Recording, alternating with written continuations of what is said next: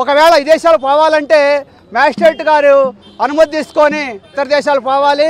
అదేవిధంగా ట్రయల్కి సహకరించాలి. ప్రతి వాయిదాకి కూడా కోర్టుకి అటెండ్ కావాలి.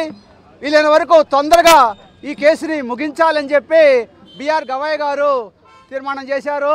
ఈరోజు ఈ కేసులో కవితమ్మ గారికి బెయిల్ ఇవ్వడానికి సిబిఐ ఈడీ ఇష్ట ప్రయత్నం చేసింది రాకుండా చేసేదానికి. అయినా కానీ ముకుల్ రోహిత్ గారు తన కేసులోని చాలా మహిళ 5 నెలల నుంచి ఆమె రిమాండ్లో ఉన్నారు. ఈ కేసులో సాక్ష్యాధారాలు ఆమెకు వ్యతిరేకంగా ఏమీ లేవు కనుక ఆమె బెయిల్ నుంచి జంప్ అయిపోయే అవకాశాలు లేవు కనుక ఆమెకు బెయిల్ ఇవ్వాల్సిందని పట్టుబట్టారు. 45 సబ్ క్లాస్ 1 మహిళ అనే కారణం మీద ఆమెకి ముఖ్యంగా బెయిల్ లభించడం జరిగింది. ఇంకొకటి సాక్ష్యాధారాల్లో కూడా మాగంట శ్రీనివాసరెడ్డి వాళ్ళ కుమారుడు ఇచ్చిన సాక్ష్యాల్లో పట్టు లేదని, మాగంట శ్రీనివాసరెడ్డి కేసులో ముద్దాయి చేయలేదని కూడా, ఎందుకు శ్రీనివాసరెడ్డి గారిని ముద్దాయి చేయలేదు, ఆయన 50 కోట్ల రూపాయలు ఇచ్చాడని చెప్పి ఉంది కదా, మరి ఆయన ఎందుకు ముద్దాయి చేయలేని కోర్టు అసహనం వ్యక్తం చేసింది.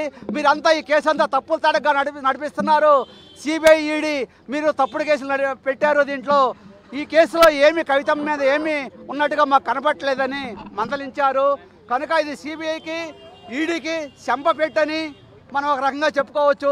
తప్పుడు కేసులు పెట్టి రాజకీయ కక్షలతో రాజకీయ నాయకుల పిల్లల్ని ఈ విధంగా ప్రభుత్వాలు ఇరికిస్తున్నాయని మనం ప్రజా సంఘాల తరఫున మనం భావించవచ్చు.